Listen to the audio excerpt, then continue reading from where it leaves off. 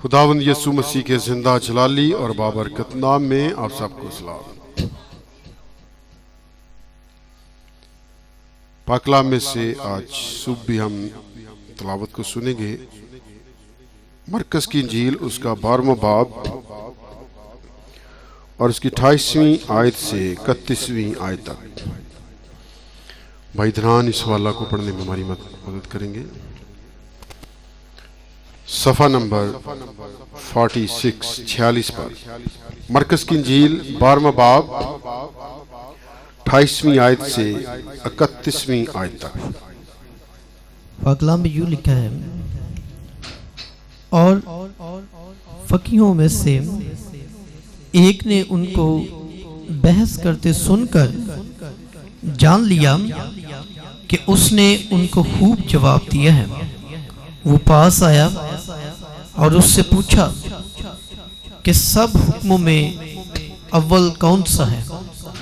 यीशु ने जवाब दिया कि अव्वल ये है, ऐ इस्राएल सुन, खुदावंद हमारा खुदा एक ही खुदावंद है, और तू खुदावंद अपने खुदा से अपने सारे दिल और अपनी सारी जान और अपनी सारी अकल और अपनी सारी ताकत से मोहब्बत रख। दूसरा ये है कि तू अपने पड़ोसी से अपने बराबर मोहब्बत रख। इनसे बड़ा और कोई हुक्म नहीं। पाकलाम के पढ़े और सुने जाने पर खुदावंद की बरकत हो। खुदा का शुक्र। खुदावंद इस कलाम के वसीला से आज सुबह हमें बरकत और शिफा दी। आमीन। इसी में मेरे अजीज़ों, पिछले संडे हमने इस बात के तल्लुक़ से सीखा था, जाना था कि किस से हमें मोहब्बत करना है और इसी के बरक्स किन चीज़ों से हमें मोहब्बत नहीं रखना। तो किस से मोहब्बत रखना है? इस आयत के मुताबिक खुदा से मोहब्बत रखना है। और वो मोहब्बत कैसे है? अपने सारे दिल, अपनी सारी जान, अपनी सारी अकल और अपनी सारी ताकत से किससे मोहब्बत रखना है? खुदा से। आज हम खुदा के बारे में मज़ीद बातें जो है वो सीखेंगे और उसमें हम ये इन बातों के तल्लुक़ से जानेंगे कि खुदा कौन है जिससे हम मोहब्बत करें। क्या हमने खुदा को देखा है? देखा भी नहीं है, फिर हम उससे मोहब्बत करें। किसी चीज़ को हम देखें तो उससे मोहब्बत करें, एक अलग चीज़ है। किसी को देखा ही नहीं है फिर भी उससे मोहब्बत करें, तो ये कैसे मुमकिन है? लेकिन देखा नहीं है तो हम खुदा को देख सकते हैं। गो ये बात एक अलग से है कि आंखों से अब तक किसी ने नहीं देखा खुदा को, लेकिन इस कायनात को बनाने में किसी ना किसी का तो हाथ जरूर है कि नहीं है?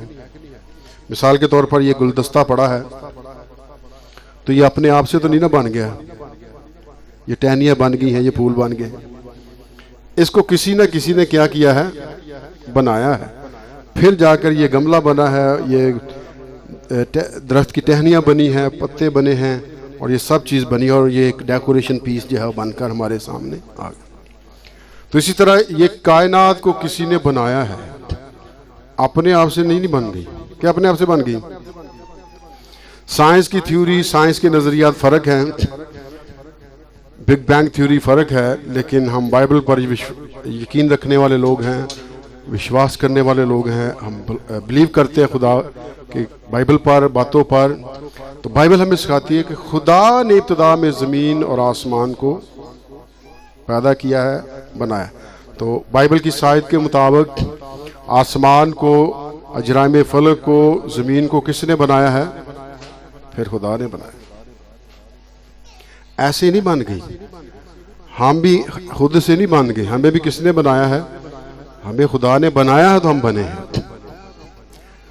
रात भी हम गौर कर रहे थे कि 4 फरिश्तगान इस सिस्टम को कंट्रोल कर रहे हैं ज़मीन के, और खुदा ने उनको अथॉरिटी दी है किसी को ज़मीन पर गर्मी लाने की, किसी को ज़मीन पर ठंड लाने की, कोई बहार, कोई ख़ुज़ां। ये 4 फरिश्तगान चारों मौसमों को क्या करते हैं? कंट्रोल करते हैं। फरिश्ता अगर ठंडी हवा चला दे तो बर्फ़ आ जाती है, हम कहते हैं सर्दियाँ आ गई हैं, ऐसे ही हैं। और जो मरी में फंस के हैं बर्फबारी में, और बहुत सारी जानें उसमें हलाक भी जो है वो हो गई हैं। तो देखिए, जब ये सर्दी पड़ती है, ठंड पड़ती है, परिंदों को देखें, साइबेरिया से, रशिया से परिंदे उड़कर नकल मकानी करके कहाँ जाते हैं? मैदानी इलाकों की तरफ रुख कर लेते हैं। वो उस ठंड को बर्दाश्त नहीं कर पाते। और जो रिसर्चर हैं वो देखते हैं कि कई नायाब परिंदे अब पाकिस्तान की हदूद में आए हैं, इंडिया की हदूद के अंदर क्या हुए हैं जो इससे पहले इन इलाकों के अंदर जो है वो देखे नहीं। और जैसे ही ये मौसम ख़त्म होगा, फिर वो उन इलाकों से क्या हो जाएंगे? गायब हो जाएंगे, और उन्हीं इलाकों में फिर चले जाएंगे जहाँ से वो आए थे। देखिए, परिंदों को समझ है, वो इन हालात का मुकाबला नहीं करते, लेकिन इंसान एडवेंचर के चक्कर में बर्फ़ को देखने चला जाता है। लेकिन ये एडवेंचर काफ़ी महंगे भी पड़ सकते हैं। तो जो एडवेंचर करते हैं वो अपने साथ बहुत सारी चीज़ें, टूल्स भी रखते हैं, लेकिन जो इन एडवेंचर से वाकिफ़ नहीं है, तो वो जब जाते हैं, तो वो जब इन डिग्री माइनस का सामना करते हैं, तो साइंस का इल्म या साइंस हमें बताती है कि -डिग्री जब टेम्परेचर हो जाता है ठंड का, तो इंसानी खून भी जमना शुरू कर। पंजाबी लोग इस माहौल तो वाकिफ़ नहीं होंगे कि वाकिफ़ होंगे, खून भी जम जाना इन्नी बर्फ में। तो इंसानी जानने को भी क्या होता है? बहुत ज़्यादा ख़तरा होता है। तो इसलिए बी केयर हो जाने की भी क्या है? ज़रूरत है। तो हम बात कर रहे हैं कि इन मौसमों को किसने बनाया है? खुदा ने। और 4 फरिश्तगान हैं मुकाशफा के मुताबिक, जिनको खुदा ने कंट्रोल दिया है हवाओं पर, कि वो ज़मीन पर इन हवाओं को क्या करते हैं? लाते हैं। किसके कहने से? खुदा के। तो देखिए, फिर इस आसमान को बनाने में, अजराइम फलक को बनाने में, पर्वत को, सार, दरियाओं, पहाड़ों, झीलों, नदियों को बनाने में किसका हाथ है? हमारे खुदा का। ये खुद से नहीं बन गए। इन सब को किसने बनाया है? खुदा ने बनाया। मैं यूट्यूब पर एक वीडियो देख रहा था कि एक चश्मा से इस तरह आबशार आ रही है नीचे, और आगे एक पहाड़ है, और उसके साथ पानी टकराता है, और पानी 2 हिस्सों में तकसीम हो जाता है। एक का पानी इस तरफ गिर रहा है और एक का पानी इस तरफ गिर रहा है। इस तरफ का जो गिर रहा है उसको समझ आ रही है पानी ऐन जा रहा है, जो इस तरफ को गिरा उसकी समझ नहीं आ रही पानी जा किधर रहा है। तो साइंसदान चाहते हैं कि उसका कोई सिरा ढूंढ लें कि ये पानी जो इस तरफ से गिर रहा है इस तरफ को, ये किधर जो है वो जा रहा है। तो बहुत दफ़ा उन्होंने कई रंग छोड़े उसके अंदर, ताकि पानी जब ये रंगों के साथ जाए तो पता चल जाए कि इसी नदी के साथ नीचे से तो नहीं बाहर आ रहा है। लेकिन रंग भी फेंके गए, लेकिन कोई किनारा उसका नज़र नहीं आया। फिर उसमें बोलें फेंकी गई सिम की या इस तरह की कि ये अगर जाएंगी तो ये जहाँ जाएंगी कहीं से तो ये निकलेंगी ना बोले, लेकिन इस साइड से वो नहीं निकली, ना जाने वो भी किधर की किधर जो है वो चली। तो हम बात करें इन सब चीज़ों को बनाने में किसका हाथ है? खुदा का। ये खुद से जो है वो बन नहीं की, हम सिर्फ देख रहे हैं। जितना कि इल्म हमें खुदा ने अता किया, उनसे हम देख रहे हैं कि कोई ना कोई हस्ती ज़रूर है जिसने इन सब चीज़ों को क्या किया है? बनाया है। आज भी हम अगर किसी के बारे में जानना चाहते हैं तो कैसे जानते हैं? हम क्वेश्चन करते हैं, सवाल करते हैं, तेरा नाम क्या है? What's your name? उनसे तो नहीं ना पूछते, जान दे एक दूसरे को। कैसे जानते हैं? हम एक दूसरे के साथ सवालात करते हैं, तो सवालात से बात आगे बढ़ती है, और इस तरह हम उसके बारे में जानना क्या हो जाते हैं शुरू हो। तो इस तरह हम जब एक दूसरे से पूछते हैं तो हमें मिलता है जी मेरा नाम नासिर महमूद है, आपका नाम भी जो होगा आप उसको क्या करते हैं? बताते हैं। तो इस तरह अगर हम खुदा के बारे में सवाल करें खुदा कौन है, तो बाइबल मुकद्दस के अंदर 100 नाम जो है वो खुदा के दिए गए हैं, जिनसे हम खुदा को क्या कर सकते हैं? जान सकते हैं कि खुदा कौन है, जिससे हमें क्या करनी है? मोहब्बत करनी है, जिसका बाइबल जोर करती है कि वो कहती है इनसे बड़ा हुक्म कोई है ही नहीं है कि तू खुदावंद अपने खुदा से क्या रखे? मोहब्बत। फिर हमारा सवाल होता है जी आप कहाँ रहते हैं, वेयर डू यू लिव। कोई कहेगा मैं मॉस्को रहता हूँ, मैं यूरोप में रहता हूँ, मैं अकाड़ा में रहता हूँ, मैं पाकिस्तान में रहता हूँ, ऐसा ही है, मैं इंग्लिस्तान में जो है वो रहता हूँ। जहाँ भी आप रहते हैं आप उस इलाका को मेंशन करते हैं, शो करते हैं, उससे पता चल जाता है भी मैं किराए दे घर च भी रहना है जी, ऐसे ही पता चल गया ना कितने रहना जी, इतने रहना, तेरा अपना मकान नहीं जी किराए का। तो इससे सवालों से हम जानते हैं। तो फिर हम सवाल खुदा के बारे में सवाल, खुदा कहाँ रहता है, where do you live God, खुदा कहाँ रहता है जी, हम दसो। एक दूसरे तो जानते हैं, हमें जवाब मिल जाता है। अगर हम खुदा के बारे में जानना चाहते हैं खुदा कहाँ रहता है, तो फिर हमें बाइबल से मदद जो है वो लेनी पड़े। बाइबल के इल्म के बगैर हम नहीं जानते कि खुदा कहाँ जो है वो रहता है। इब्तिदा में देखें तो खुदा आदम के साथ रहता था। आदम की और खुदा की क्या थी, गलबा सी और डायरेक्ट गुफ्तगू सी। वो एक दूसरे के साथ क्या करते थे, बातें करते। इसका मतलब खुदा बाग अदन में रहता था। फिर हम देखते हैं कि खुदा ने सिस्टम को बदला और एक घर बनाया जिसका नाम था हैकल, और खुदा की हुजूरी वहां पर थी। और हम जानते थे कि खुदा कहाँ रहता है, हैकल में रहता है। और अब खुदा कहाँ रहता है, अब पौलुस रसूल जो है वो बयान कर, अब खुदा हाथ के मंदिरों में नहीं रहता। गो हम चर्चिज का, सारी इबादत गाहों का, जितनी भी दुनिया के अंदर हम सब का एहतराम करते हैं, लेकिन अब खुदा इनमें जो है वो इन्ना च नहीं रहता। फिर उन खुदा कितने रहता, फिर खुदा कहाँ रहता है। अब खुदा बाइबल के मुताबिक इंसान के दिल के अंदर रहता है। पौलुस कहता है कि आपका दिल खुदा की क्या है, हैकल है। और हमारे दिल जो है वो खुदा की क्या बन गए हैं, हैकल खुदा है। वैसे भी हम यकीन रखते हैं कि खुदा जो है वो हर जगह पर क्या है, मौजूद है। तो किसी ने सवाल किया कितना हिस्सा खुदा का दोजख में है, जी हर जगह मौजूद है, कितना हिस्सा जो है वो खुदा का दोजख में रहता है। तो खुदा ने दोजख को बनाया है, खुदा दोजख पर भी इख्तियार जो है वो रखता है। खुदा वहाँ पर भी क्या है, मौजूद है। खुदा जन्नत में भी क्या है, मौजूद, क्योंकि उसने उन चीज़ों को क्या किया है, बनाया है। ये उस पर नहीं हैवी हो सकता, जो बनाने वाला है वो ही इन चीज़ों पर क्या होगा, हैवी होगा। मोबाइल टेक्नोलॉजी को किसने बनाया है, अब टेक्नोलॉजी हम पर हैवी होगी या हम टेक्नोलॉजी पर हैवी रहेंगे। इंसान ही टेक्नोलॉजी पर क्या रहेगा, हैवी रहेगा। गो उसने ये सारे चीज़ें अपने मदद के लिए, अपनी सहूलत के लिए क्या की हैं, बनाई है। लेकिन ये भी देख ले जादू कैसे आवाज़ एक जगह से दूसरी जगह, चाहे वो यूरोप हो, एशिया हो, अफ्रीका हो, एक जगह से आवाज़ हमारी दूसरी जगह पहुंच जाती है कि नहीं। जादू, कोई तार नहीं, कोई कुछ नहीं, फिर भी आवाज़ पहुंच जाती। और अब ये आवाज़ यहाँ ही नहीं, आखला में भी क्या कर सकती है, जा सकती है। और कभी कभी जब ये नई नई टेक्नोलॉजी आई तो सोचा करते थे कोई वक्त आना फोटो भी होने लग जाएंगे। तो अब ऐसा हो गया कि नहीं हो गया। अब ना सिर्फ आवाज़ सुन सकते हैं, एक दूसरे की फ़ोटो भी देख सकते हैं, एक दूसरे की जगह को भी देख सकते हैं। और जो चैट करते हैं लोग, वो जानते हैं असां दिखाई जी अपना घर यार बता कितना था। तो वो फिर आप वीडियो के ज़रिए, कैमरे के ज़रिए आपको अपने घर जो है वो मंजर जो है वो क्या करते हैं, दिखाते हैं। तो ये सब टेक्नोलॉजी के क्या हैं, कमालात हैं। तो अब खुदा कहाँ रहता है, हमारे दिल में। तो इस तरह जिस तरह हम इंसानों से सवालत करते हैं और एक दूसरे के बारे में जानते हैं, इसी तरह बहुत सारे सवाल ऐसे हैं जिन पर हम जब गौर करते हैं तो फिर हम खुदा के बारे में जानना क्या कर देते हैं, शुरू कर देते हैं, जिससे हमें बाइबल के मुताबिक क्या करना है, मोहब्बत करना है।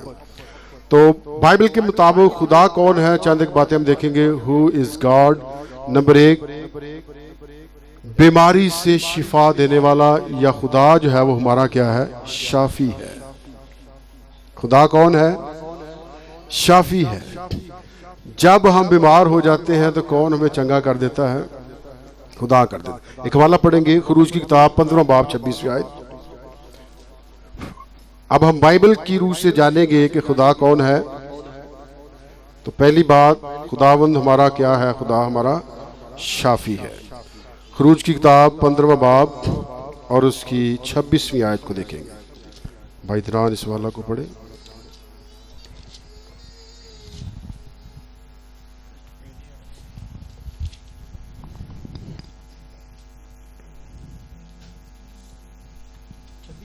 जी, खरूज की किताब 15वां बाब 26वीं आयत। पाकलाम में लिखा है कि अगर तू दिल लगाकर खुदावंद अपने खुदा की बात सुने और वही काम करे जो उसकी नज़र में भला है और उसके हुक्मों को माने और उसके आइन पर अमल करे, तो मैं उन बीमारियों में से जो मैंने मिस्रियों पर भेजी तुझ पर कोई ना भेजूंगा, क्योंकि मैं खुदावंद तेरा शाफी हूँ। क्योंकि मैं खुदावंद तेरा क्या हूँ? शाफी हूँ। तो इसके आयत के मुताबिक शाफी का मतलब है शिफा देने वाले। और शिफा किस चीज से मिलेगी? बीमारियों से। बाइबल के अंदर बहुत सारी बीमारियों का क्या है? जिक्र है। अगर हम इनमें से किसी बीमारी में मुब्तला हो जाएं तो कौन हमें इनसे शिफा अता करेगा? खुदा, बाइबल का खुदा। इनमें से चंद एक का जिक्र है, मिस्र के रोग और मिस्र में भेजी जाने वाली बीमारियां, जिन्हें हम आफात के नाम से या मुसीबत के नाम से या बलाओं के नाम से क्या करते हैं? जानते हैं। तो खुदाम कहता उनमें से कोई बीमारी भी जो है वो तुझे नहीं लगेगी, तू महफूज रहेगा। लेकिन ये कब होगा? जब हम उसके हुक्मों पर अमल करेंगे। और उसका हुक्म क्या है? पहला ही, तू खुदावंद अपने खुदा से क्या रख। जब खुदा से हम मोहब्बत जो है वो रखना शुरू कर देंगे तो फिर खुदा कहता है मैं तेरा शाफी हूं। अगर तू मुब्तला भी हो जाए, अगर ये रोग तुझ पर आ भी जाए, तो मैं खुदावंद हूं जो तुझे इन रोगों से क्या कर लूंगा? बचा लूंगा। तुझे क्या दूंगा? शिफा जो है वो अता करूंगा। लेकिन अगर हम अमल ना करें तो इन बीमारियों में मुब्तला भी रहेंगे और ऐसे मुब्तला रहेंगे कि ठीक भी जो है वो होने नहीं पाए। जो लोग अमल नहीं करते, खुदा कहता है इन मिस्र के रोगों में मैं तुझे ऐसा मुब्तला करूंगा कि तू जिंदगी भर फिर ठीक भी नहीं हो। अब देखिए, हड्डियों के रोग, फोड़ों के रोग, ये ऐसे हैं, अगर खुदा ना खास्ता इनमें कोई इंसान मुब्तला हो जाए तो उसके ठीक होने के चांसेस बहुत ही कम हो जाते हैं। अगर आप हवाला पढ़ना चाहते हैं, इस्तिस्ना 7 बाब 15वीं आयत में लिखा है, वहाँ लिखा है कि अगर तू मेरे हुक्मों पर अमल नहीं करेगा तो मैं तुझे मिस्र की बीमारियों, रोगों, फोड़ों, फिंसियों में क्या कर दूंगा? मुब्तला कर। तो फिर देखिए, किससे हमें मोहब्बत रखना है? खुदा से मोहब्बत रखना है। तो हम जान रहे हैं कि खुदा कौन है। खुदा हमारा क्या है? शाफी है। दुनिया के अंदर कैसी भी बीमारियां क्यों ना जाएं, कौन हमें इन बीमारियों से बचाए रखेगा? खुदा बचाए। अब कोरोना के बाद कोई नया वायरस आ गया है, क्या नाम है जिसका? ओमिक्रॉन उसका नाम है, जो कोरोना के बाद 5वीं लहर जो है वो बन गई है। तो कोरोना भी गया नहीं है कि चला गया है, दोनों ही है, नाल अपना भरा भी लिया है जी, ओमिक्रॉन। तो खुदा जो है वो हमें ओमिक्रॉन से भी क्या रखेगा? बचाए रखेगा। अब देखिए, मिस्र में बीमारियां भेजने वाला कौन था? तो मिस्र के अंदर बचाने वाला इसराइलियों को कौन था? कौन था? खुदा था। भेजने वाला भी खुदा, बचाने वाला भी खुदा ही था। अगर खुदा हुक्म देता चल भाई वायरस फड़ लेना इसराइलियों को, तो इसराइलियों भी बीमारियां लग जाएंगी।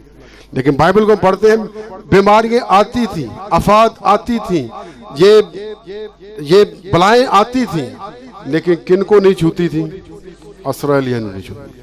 ओना तो दूर, उनके जानवरों से दूर, उनकी फसलों से दूर, उनकी हर चीज से क्या रहती थी? दूर रहती। क्यों? क्योंकि खुदा ने कहा मैं तेरा क्या हूं? शाफी हूं, जो तुझे इन बीमारियों से क्या रखेगा? बचाए रखेगा। तो फिर किससे हमें मोहब्बत रखनी चाहिए 2022 में? खुदा से मोहब्बत का सबूत ये है कि अगर टाइम 10 बजे का है इबादत का तो कितने बजे आना है। मोहब्बत का सबूत ये नहीं है कि टाइम 10 बजे का और हम आधा घंटा लेट आए, वरना ये क्या हो जाती है, वादा खिलाफी। तो मोहब्बत में वादा खिलाफी को अच्छा नहीं समझा जाता, क्या समझा जाता है। तो ये खुदा से मोहब्बत है, तो यहाँ कैसे इसकी बर्दाश्त जो है वो हो सकती है। पाबंदी वक्त बहुत क्या है, जरूरी है। तैयारी हमें पहले से करना है। अगर हमने सुबह संडे जाना है, कपड़े पहले से प्रेस रखने हैं। अगर एन टाइम करेंगे बत्ती चलेगी तो फिर फंस गए।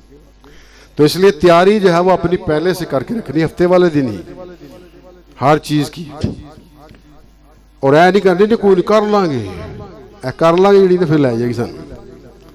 तो इसलिए पहले से तैयार करें। लोग यहाँ इसलिए भी नहीं डरते, इतने कड़ा दिहाड़ी कट्टी जानी है भाई, गवर्नमेंट का हुक्म किया तो फिर 10 बजे गया, 6 बजे गया, फलाने सरकार ने आना, पहुंचे उत्थे तो असीं पहुंचे होना। जिन्नी मर्जी धुप होवे ठंड होवे असीं पहुंचे होना करीबन। तो जो खुदा का टाइम है फिर होना इतने दिहाड़ी कट्टी जानी। तो देखिए ये मोहब्बत कैसी मोहब्बत है, हम इसका खुद ही क्या कर सकते हैं, जायजा ले सकते हैं। मोहब्बत के अंदर दो बातें हैं, एक वफा में वफादारी है और कुर्बानी में क्या है कि हर चीज देने से दरेग ना कर। जो चीज खुदा कहे वो हमें देनी। अगर खुदा बच्चे भी मांग ले तो खुदा उन्हें बच्चे भी देने पेंगे। ऐसा है कि नहीं है। तो जो लोग खुदा से मोहब्बत करते हैं वो इन दोनों बातों के पाबंद हो जाते हैं, वफा करते हैं और कुर्बानी देते हैं। मिसाल के तौर पर अब्राहम खुदा से मोहब्बत करने वाला, प्यार करने वाला शख्स था रोए ज़मीन पर। वो दिलो जान से खुदा की इबादत करने वाला शख्स था रोए ज़मीन पर। तो खुदा ने 100 साल बाद एक बच्चा दिया। अब देखो कितना अर्सा पहले उसको इंतजार करना पड़ा है। अब जो चीज़ दे दी है खुदा का, ए नहीं मैनू दे दे, बड़ा मुश्किल जाएगा। इतने साल बाद ये चीज़ मिली है और खुदा ने वही मांग ली है, मांग ली ने। अगर खुदा सारा को बता देता ये बात, सारा खुदा ने बच्चा मांग लिया है, तो घर च झगड़ा हो जाना सी। सारा ने जाने देना था, सारा ने कोई नहीं जाने, ना ना ना ना। लेकिन ये बात देखें अब्राहम तक खुदा की थी, तो अब्राहम ने ये बात अपनी जो सीक्रेट है बीवी को भी इसका पता चलता नहीं बताई, वरना वो कभी भी इसहाक को जाने जो है वो मूरिया के पहाड़ पर ना इन्हीं कुर्बान करना है, ना ना ना ना ना होने देती है ऐसे, कभी ना होने। लेकिन अब्राहम खुदा से प्यार करने उसका ना, खुदा ने कहा है तो मुझे उसका हुक्म मानना क्या है, जरूरी है। ये है कि खुदा से इतने खुदा कहे 10वां हिस्सा दो, साढ़े लिए सवालिया निशान हो जाता है। नहीं नहीं नहीं है नहीं ठीक, छोटा मोटा ठीक है चंदा, नहीं ठीक। लेकिन अब्राहम से क्या मांगा है खुदा ने, अपना बेटा ही दे दे, बड़ी सीक्रेट चीज, और जो मिली भी बड़े कई साल के इंतजार करने के बाद है। लेकिन अब्राहम किससे मोहब्बत करने वाला था, खुदा से। लेकिन खुदा से बढ़कर कोई चीज के है फिर कि दुनिया की चीजें बढ़ गई, पैसा ही बढ़ गया, खुदा से बढ़कर फिर कोई चीज। तो बात है वफादार हो जाने की। अगर हम पिछले 2021 में भी वफादार नहीं रहे, नहीं खुदा का हिस्सा दिया और अभी इंज लंघ जाना है, तो फिर बरकत भी नहीं। तो किचन पर बरकत रहे, चीजों में कमी ना आए, तेल आटा वाफर मकदार में घर में रहे, इस बात का होना बहुत ही क्या है जरूरी, वरना टिड्डी कीड़ा उड़ा देगा। अभी टिड्डी कीड़ा कहने उड़ा दे, बीमारी तो लग जाओ मंजूर है, लेकिन आ काम नहीं ठीक है जी। तो इस देखिए किस कदर फिर वफादार हो जाने की क्या है जरूरत है। तो पहली बात जिसमें हम सीख रहे हैं खुदा कौन है, और उसमें हम देखा खुदावन हमारा क्या है, शाफी है, जो हमें बीमारियों से क्या देता है, शिफा। हम जो बीमारियों में मुब्तला हो गए हैं, हमारी आस उम्मीद अब कौन है? सिर्फ और सिर्फ खुदा है।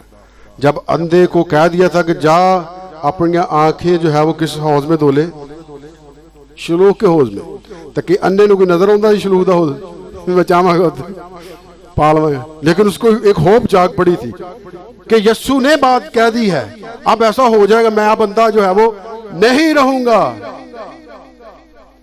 तो इसका मतलब यस्सु ने ये बात कह दी है, तो फिर असी भी कंगले नहीं होगा, साढ़े भी रोटी पानी की रहेगी बरकत, क्योंकि मैं खुदावंद तेरा क्या हूँ? शाफी हूँ। खुदावंद इस कलाम के वसीला से हम सबों को बरकत अता कर। आमीन। आइए एक बार फिर जोरदार तालियां कलाम के लिए।